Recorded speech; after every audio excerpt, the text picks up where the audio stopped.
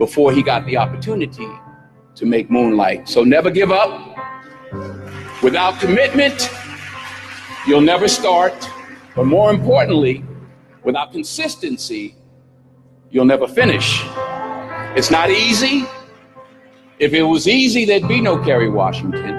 If it was easy, there'd be no Taraji Henson, P. Henson. If it were easy, there'd be no Octavia Spencer. But not only that, if it were easy, there'd be no Viola Davis. If it were easy, there'd be no Michael T. Williamson, no Stephen McKinley Henderson, no Russell Hornsby. If it were easy, there'd be no Denzel Washington. So keep working, keep striving, never give up, fall down 7 times, get up 8. Ease is a greater threat to progress than hardship. Ease is a greater threat to progress than hardship. So keep moving, keep growing, keep learning. See you at work.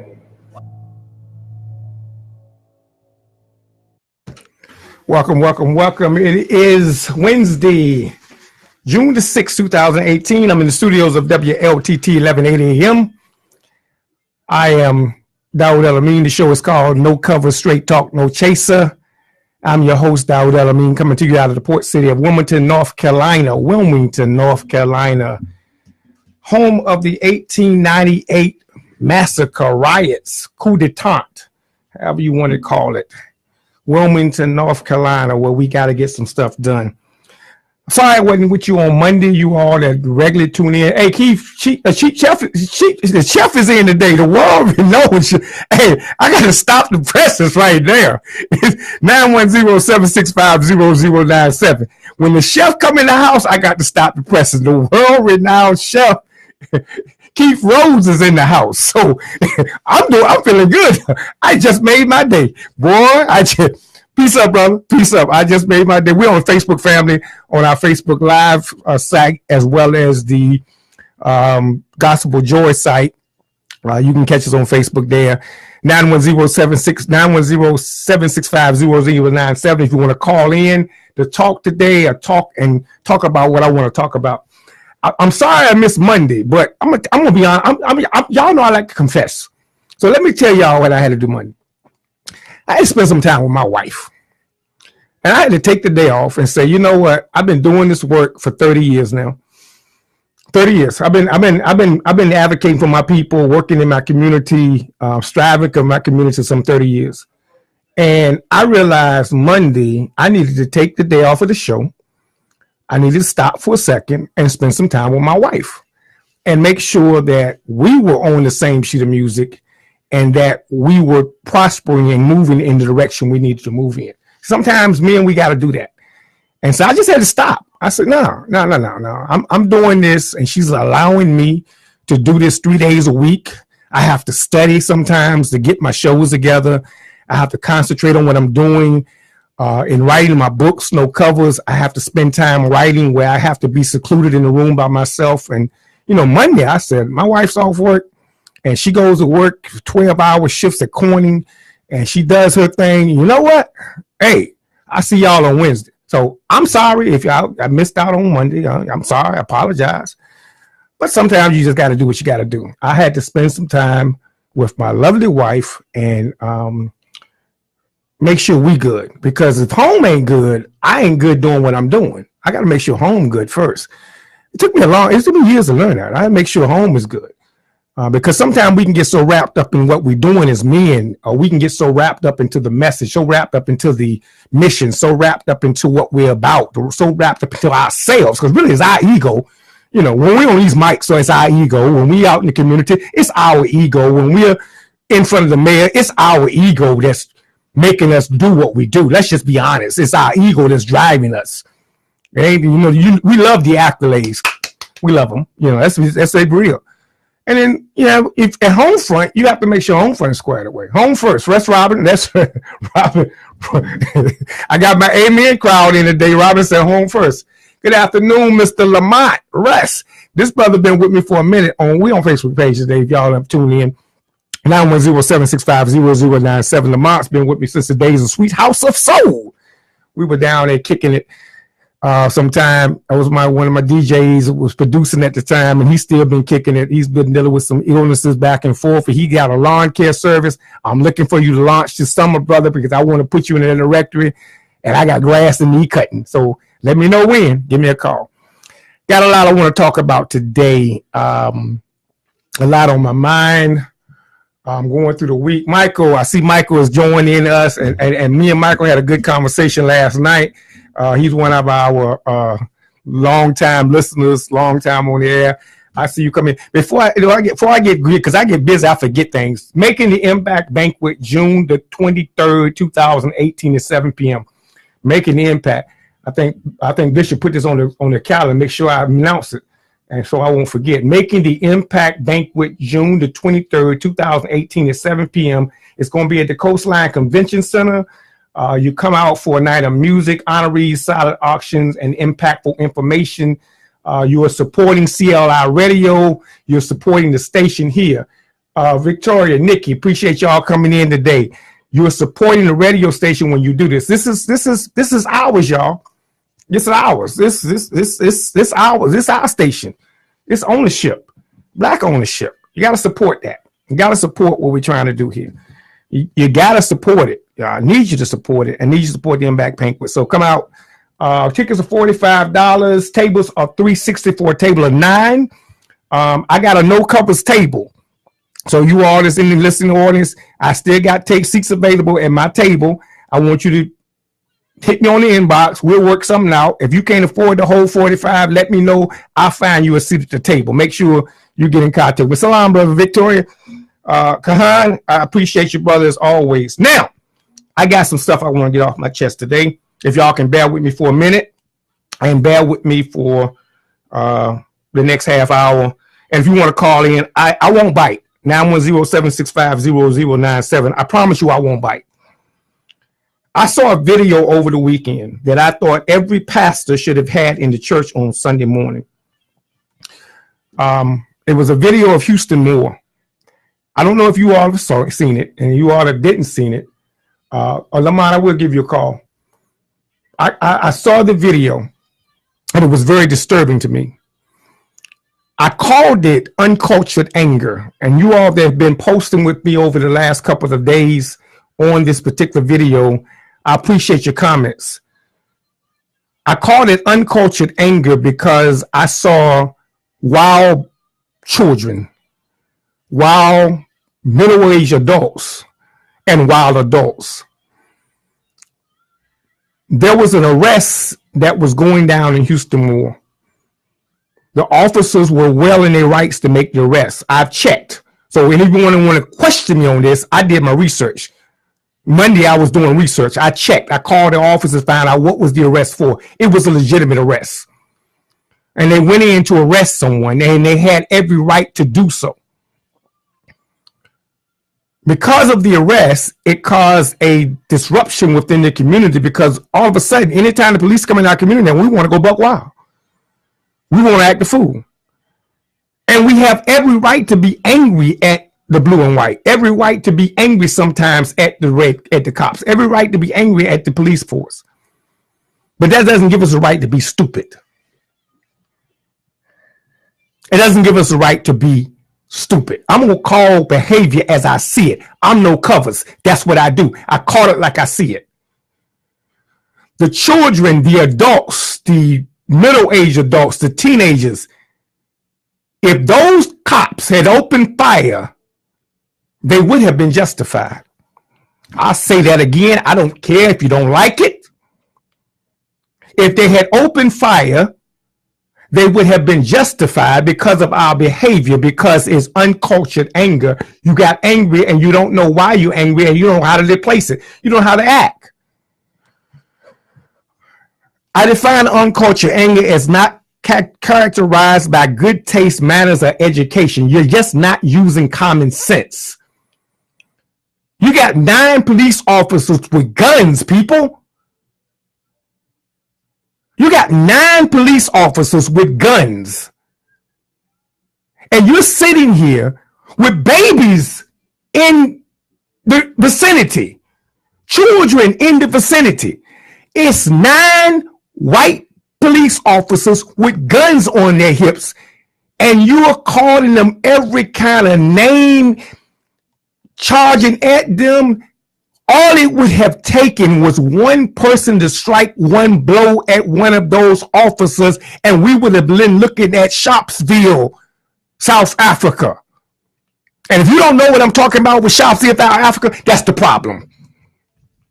If you don't know what I'm saying when I say Shopsville, South Africa, then you don't understand the problem. Because all it would have taken was for one officer to pull his gun out and shoot, and the other ones would have automatically commenced fire. And we'd be looking at 39 to 40 people dead, children included, in our community. And we'd be marching in the streets when in actuality, the whole situation could have been avoided by us just waiting till the next day to go down to police officers and find whatever complaints we had. Robin, I am so glad you said that, because if you see the video, if you see what I applaud them. I have to give them. I got to give them that. I don't care. I don't care what y'all think about me. I want to give credit where credit is due, because I would have shot you. Yes. I might would have been the first one to pull my pistol out and shot you. Sometimes you got to get credit where credit is due.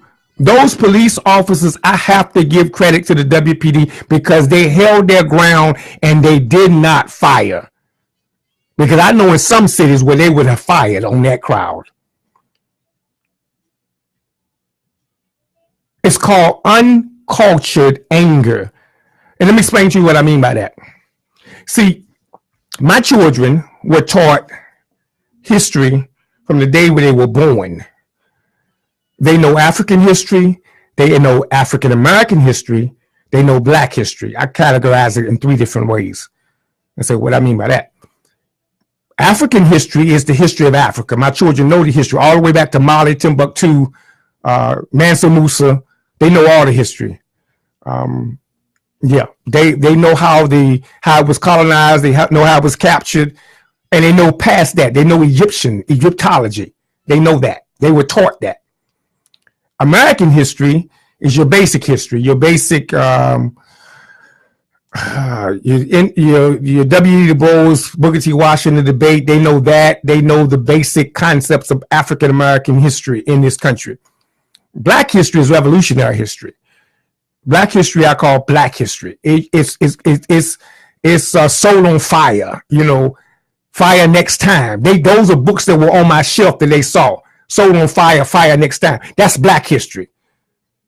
African American history is your basics. It's your basics, your W. Du Bois, Martin Luther King, I Have a Dream speech. That's your African American history.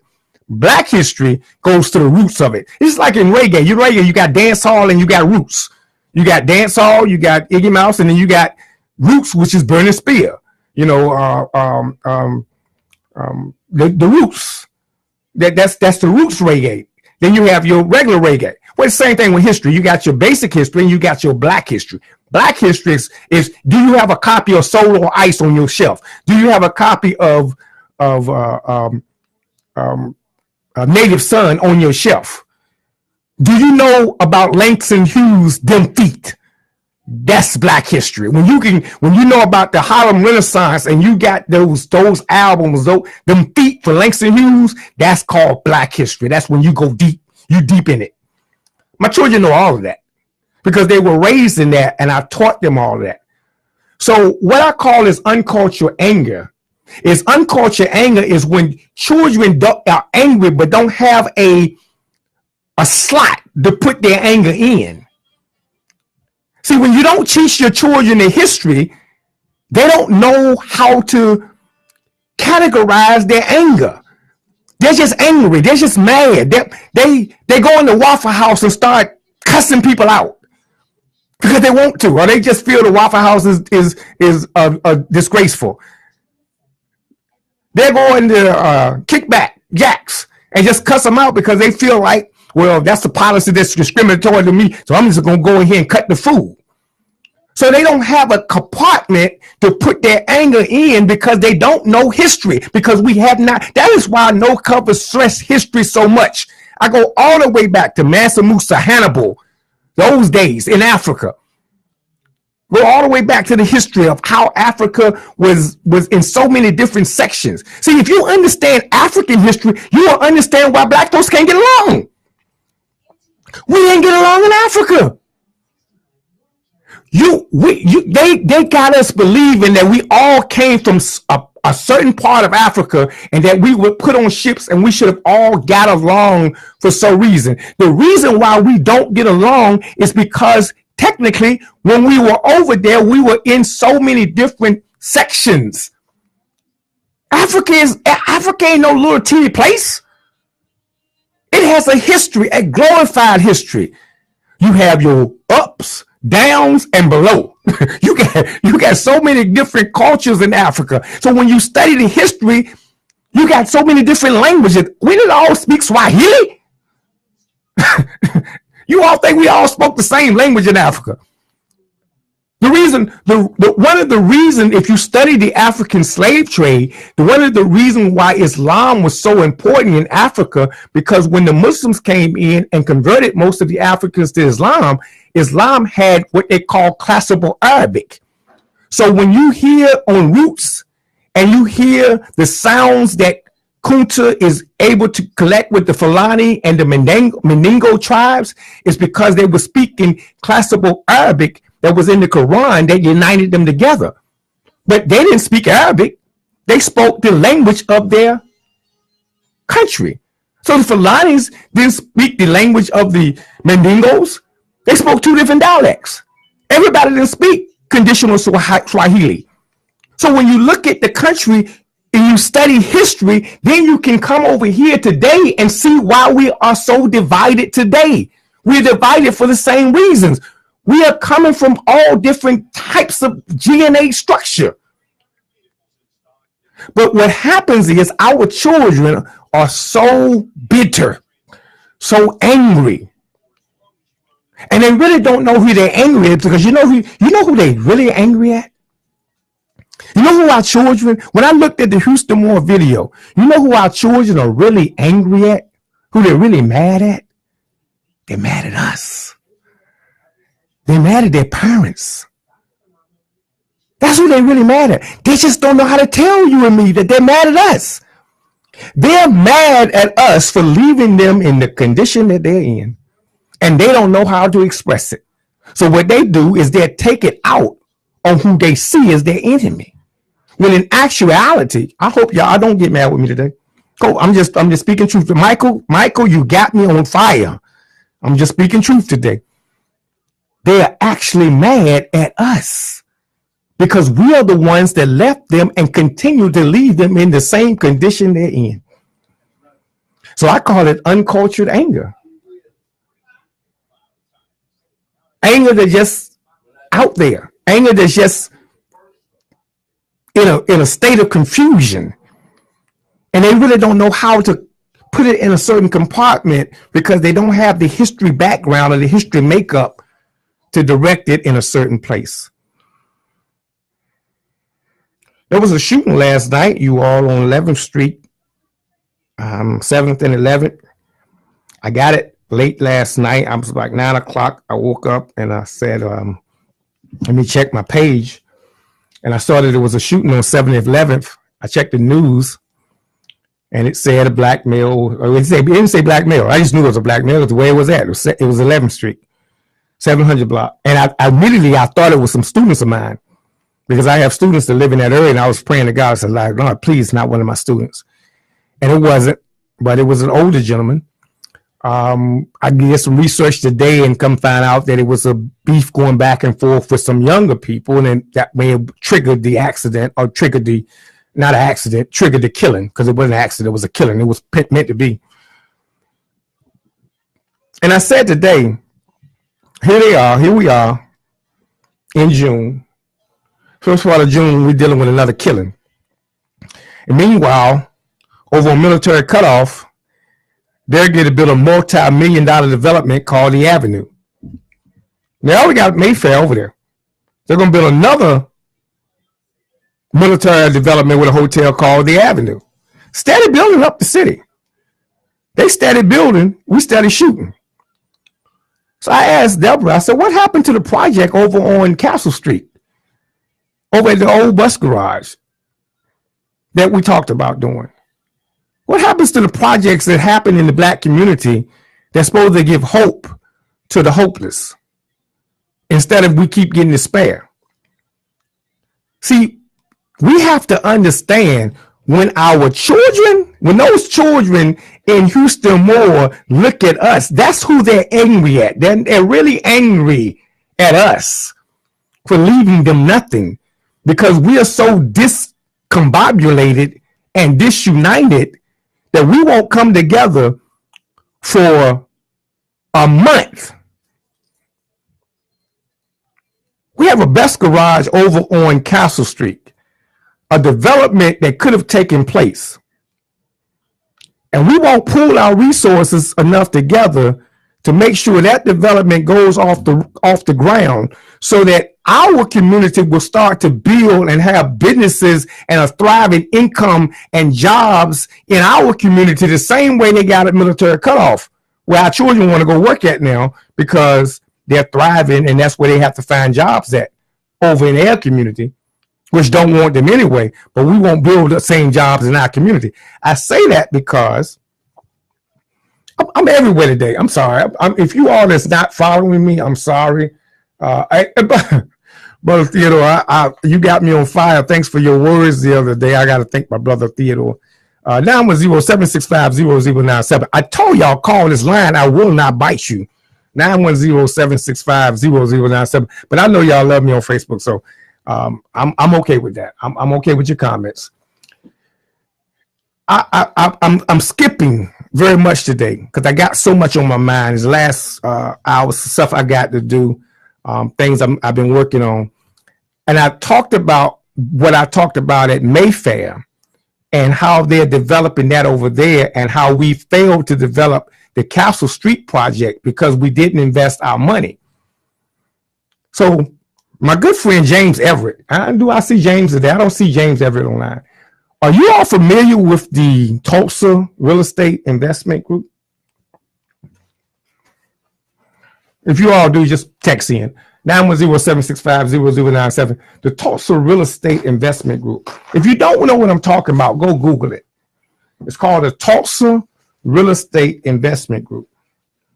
Now, there's some controversy. This is how we do. See, because this is why our children are angry with us. So I know where I was going. I've got my notes. I got my notepad right in front of me. I don't be skipping around. I know exactly where I'm headed with my conversation because I do spend like 10 hours before I even come to the studio on what I'm going to talk about. Tulsa Real Estate Investment Group. Now, you all that don't know what I'm talking about, go Google it. And when you Google it, you will see two sides of the conversation. You will see one side of the conversation. If you click on that video, an excellent program. Brother has did three, J. Mars, I think his name is J. Mars, and his team has done 3 years of research. They have created an IPO. I think it's an IPO. And maybe correct me if I'm wrong, it's an IPO.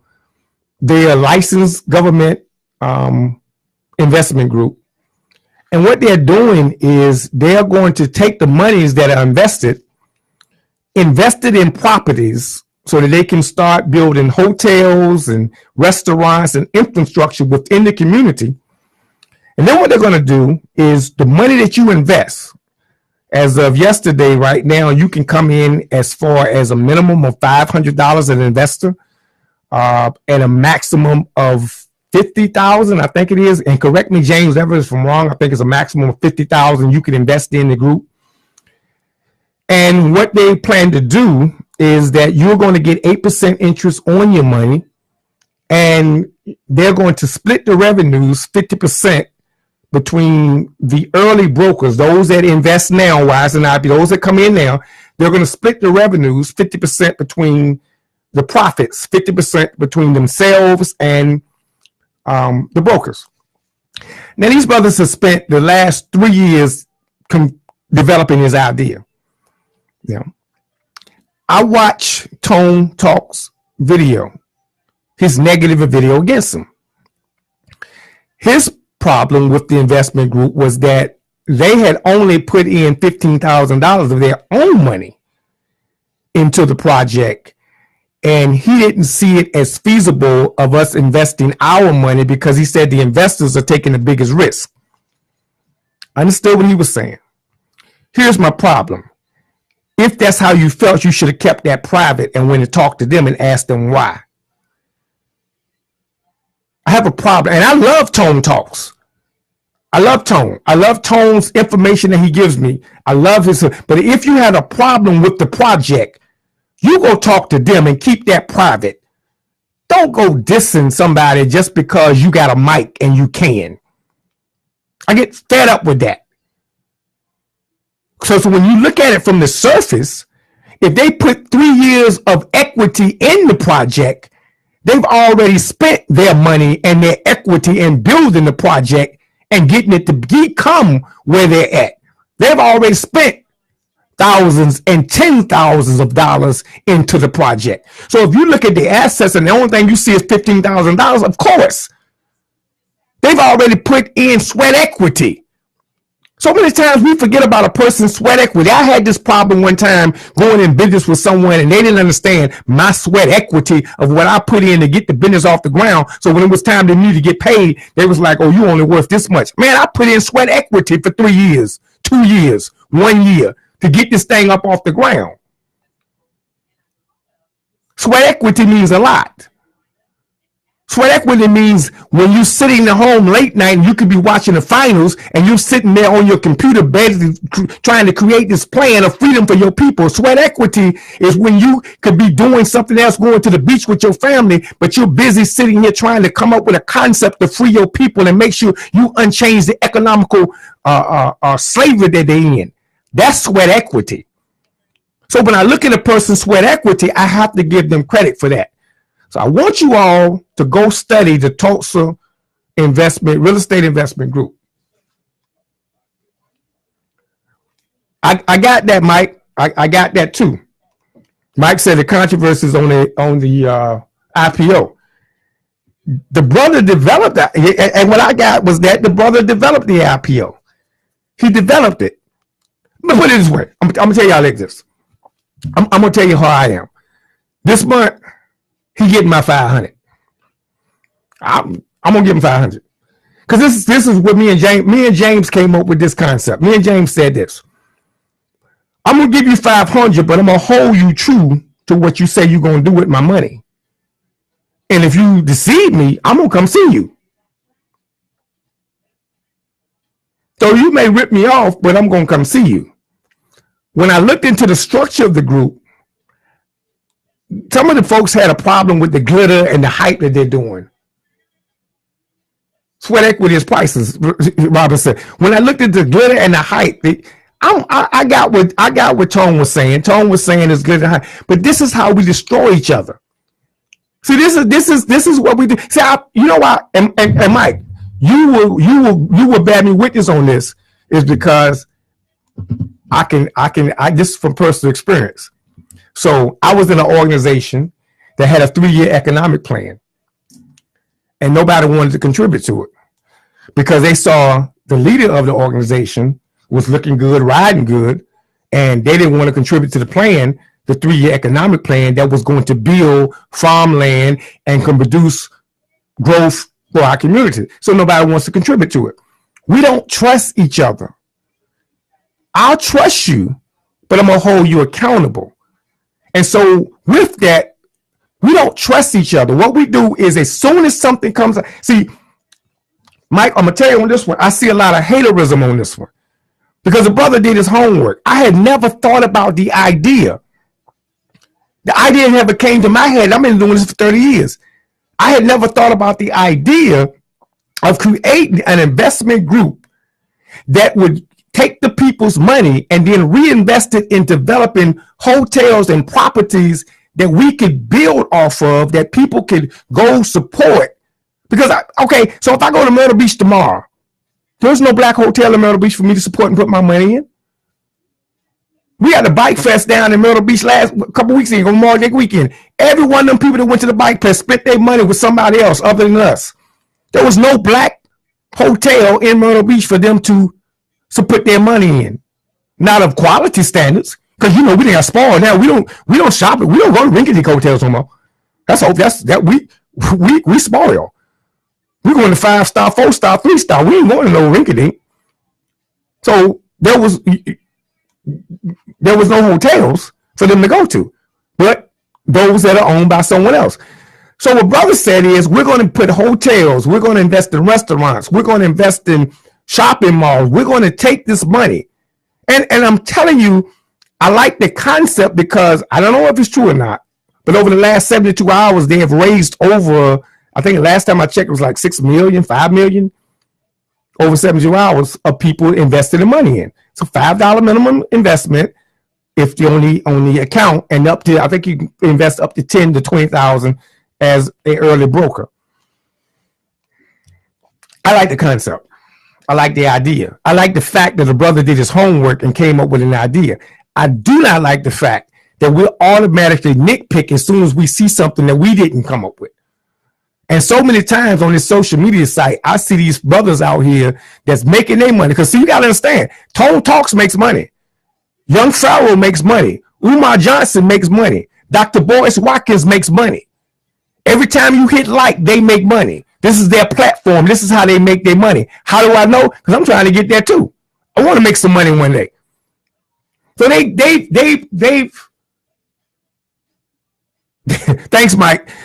They practice this concept of making money. They have their network. Young Pharaoh got a little button on. He's got a super chat. I ain't never heard of it. I didn't know about the super chat. Because I studied the guy. Young Pharaoh got a super chat. So I mean, super chat is you go in and you want your chat to the top of his chat. You push it in and they put it, and he getting the following. This is how they make their living off of YouTube video. Make your money. Don't diss somebody else that's trying to do the same thing. Now, if the brother gets the money and he don't build any hotels, then we got to go see him now. And I'm pretty sure there's enough of us that may invest to say, hey, we need to go see brother and figure out where our money at. But we got to trust. We have to trust. We have to find a way to trust. Now, I came all the way down the line today. It's 1:11.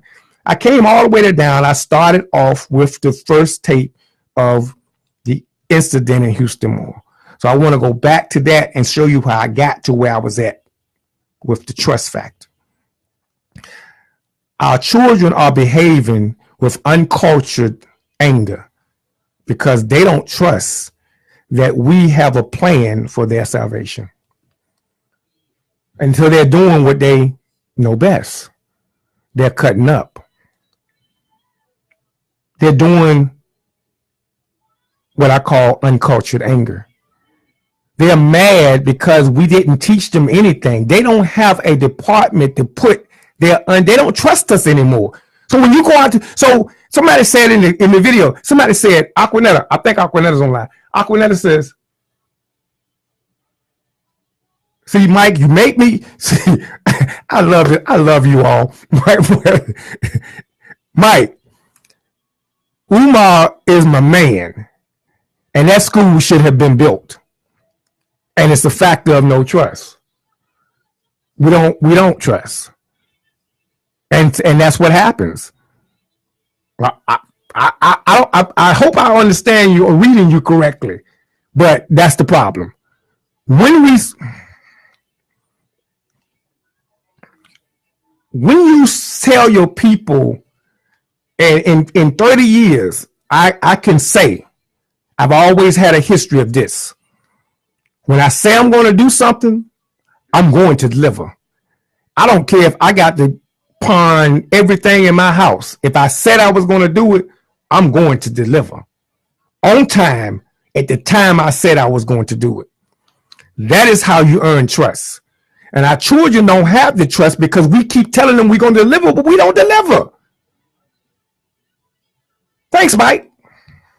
I needed that one because that's what they see. They are angry, but so here's what I say uncultured anger. So you all can get a better picture of what I'm talking about. So I want to slap you, but you're my mom and daddy. I can't slap you. Really, I really want to, deep down inside, I really want to just slap y'all. But I'm angry, so I'm gonna go here and cuss the lady out at the Waffle House. I'm gonna go here and cuss the school teacher out. I'm gonna go here and cuss the police officer out. I'm gonna get on the bus and act a fool. I'm gonna go to the football game and just go rampage. But the people I really want to slap is I want to slap you. I want to slap my parents for, number one, not getting along. I want to slap you for not giving me a proper education. I want to slap you for not even knowing how to raise me properly. You had me, but you just had me. You didn't nurture me. You didn't culture me. You didn't develop me. So here I am in a world with nothing. Undeveloped, a product of your confusion, your miseducation, a product of your non-desire to go back and study and learn for yourself so you can better raise me to be a better person in this world. So I really want to slap you, but I can't slap you. In psychology, we call the word displacement. It's called the kick the dog theory in psychology. When I was in studying psychology in school, it's called when you come home and you're mad at the boss and you kick the dog. You're really mad at the boss, but you want to kick the dog. I really want to slap my parents. I really want to slap my elders. But I can't disrespect them. So because I can't disrespect them, I just go over here and when police come in, I'm going to show my uncultured anger. And displace it. I can't have water, y'all. So you're working with me right now. I'm going to displace my uncultured anger, and that's what we're into. We're into a generation of uncultured anger. We have to teach these children at an early age. I've got grands right now, and anyone know me with my grandchildren. I start off when they come with me. It's educational class. If you ain't ready to be educated, don't come on my house for an hour because we starting off early. I'm talking about 6 months to a year, year and a half. We talking about history. We reading books. We reading knowledge. It is no reason why our children should not be at the position that they're graduating from school, 14, 13 years of age, going on, knowing their history, because the information highway is right there. If you can spend 6 hours on Facebook, why you can't spend 1 hour on Googling your history? All you got to do is hit the button. Google African history, African American history. Go to YouTube. Just Google Africa. You'll come up with tons of videos. Go to YouTube. Google African American history. You'll come up with tons of video. Google. If you don't want to type it in, just use the voice. Google.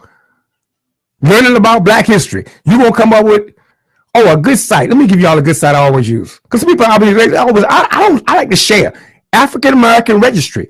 Most of my information I get from African American Registry. When you all see those posts, I always give credit to them because I give credit to where they get it from. That's why I always post something on Facebook. When I always post history, I post who I got it from. At the bottom of my post, because I didn't come up with this myself, I researched it. So I always give reference to the company or the reference to the people who I got it from. Just go reference. I always give reference because this is I get the history from Google. I Google Google June 6th.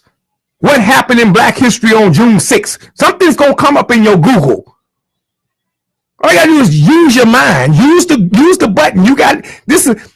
My mother said I always should have been a detective. So if I had Google when I was 13 or 14, I'd been a genius by now.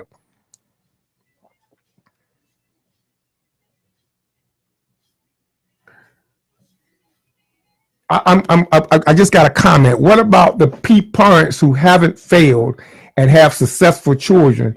They say we're better than others, but hey, Sharon, I got 7 of them, and they can say what they want to say, because I'm proud of mine.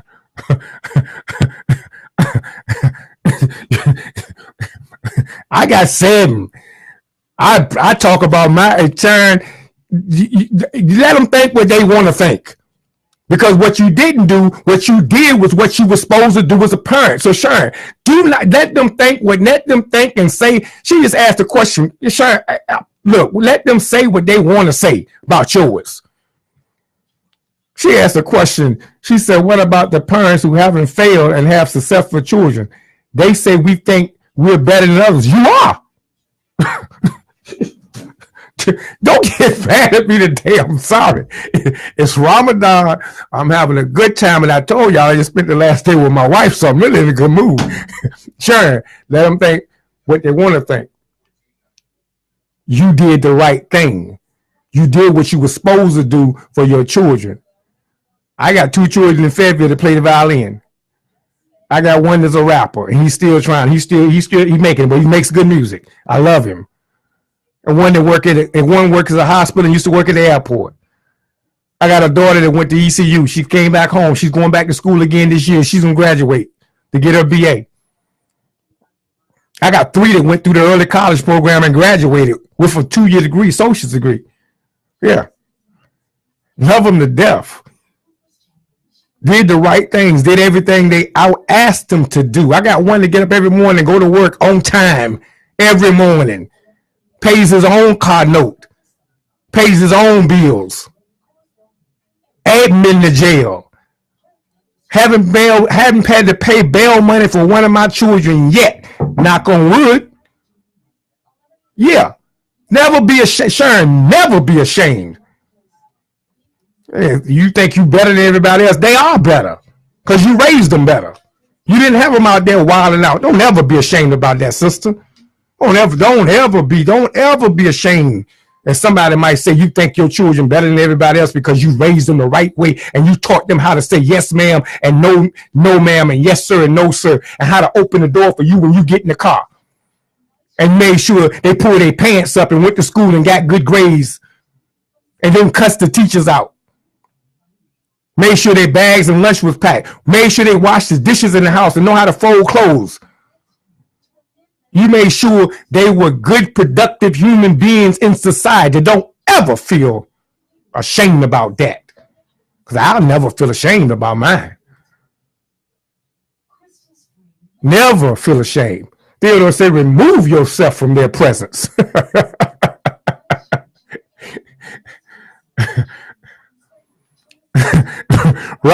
Robin, I appreciate. Robin said I had more than 7. I influenced more than that. Yes, I hope I did, because that's what I tried to show him. I tried to show him the right way to be. I tried to show him a strong black man. I tried to show him a free black man and what it looks like. So don't ever be ashamed because the children rising up here. When I saw the situation, so let me call it like I called it earlier. When I saw that situation, and somebody said, well, the adults are gone. Those are children that's raising themselves. Because if you see, I can say that.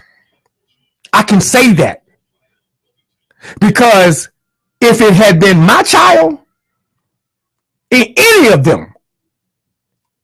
of my children that had been in a situation that they were acting disrespectful, all I had to do was call their name and they would have stopped.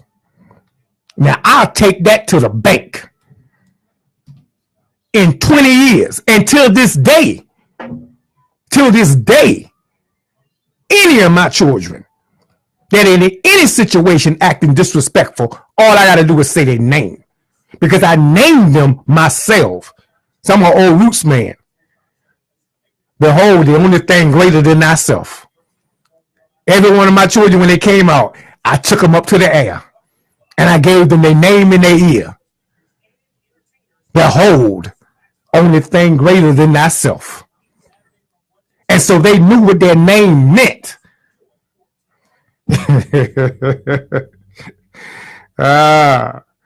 So when I say Kashif, he halts. When I say Akil, he halts. When I say Nisa, she halts. They stop in their tracks because they know their name means something greater than their self. They know that they were trained to respond when I say stop. And that's the difference today with parents. Parents don't have, I just told you what the children problem is. The children want to slap the parents because they're angry at the parents, but they don't know what they're angry at, but they're really angry at the parents because you left them nothing. You didn't give them anything. You didn't give them any training and discipline. So they here wilding out. They don't want to wild out, but they don't know no better. But they have no respect because you can't go to the door and say stop. You can't go to the store and call their name and they freeze in their tracks. Those days are gone. My mother used to say, "Dog." My daddy I could be doing something and be 2 rows over, and my daddy could look over at me and give me that look. And I stopped in my tracks because that look meant, "I'll see you when I get home." And I straightened up. Those were the days that the children respected the parents. What you saw in that video, I'm going back to it. We left them nothing. They don't respect us. We have no jobs for them to go to. We have no community for them to grow up in. We have nothing for them. So when you look at the condition, when you look at the children and the misbehavior of the children, they really want to take their right hand or left hand and slap the parents. Because they said, "What have you left me? You left me nothing here." And so they don't respect anymore because you didn't give it any discipline. Mom used to come to the door and call my name. I could be 2 blocks over. And so where I grew up in the hood. I don't know how y'all, I grew up in the hood. We played basketball. So we had a relay circuit. So my mama used to come to the door and she would call my name. "Daryl!" My name was Daryl back then. She would, "Daryl!" And when she called my name, it would relay. Somebody in the alley would hear me calling you, say, "Uchi, your mama calling you?" And then, because they called me Uchi, it would relay from block to block. So it would go from one alley to the next alley to the next alley to the basketball court. But it was still my mama's voice. Because they would say, "Your mama calling you." So she would be at the front door, call my name. It would go to one alley. Then the person in the other alley would signal to the other alley. And it go all the way to the basketball court, which is about 3 blocks over. And it say, "Uchi, your mama calling you." I would stop in the middle of a jump shot, put the ball down, and run home. Because my mama called me. I would stop in the middle of a jump shot, put the ball down, and run home. I didn't care what the score was. My mama called me. That's the respect that we used to have. What you saw the other day, I don't know if we can get it back. Robin said, "Time out." No, Robin, seriously. I ain't called time. I put the ball down and run straight home. And don't let them say my daddy called me, because he never called. He come get me. That was a whole different situation. When daddy showed up in the basketball court, that was a whole totally different situation because he never called. He not going to call and do the relay. My mama going to do the relay circuit. Daddy, when he came and showed up, that meant you had overstayed your time and he had to come get me. I knew the consequences that I had to deal with when I got home. Those days is over. That was community. Thank you, Robin.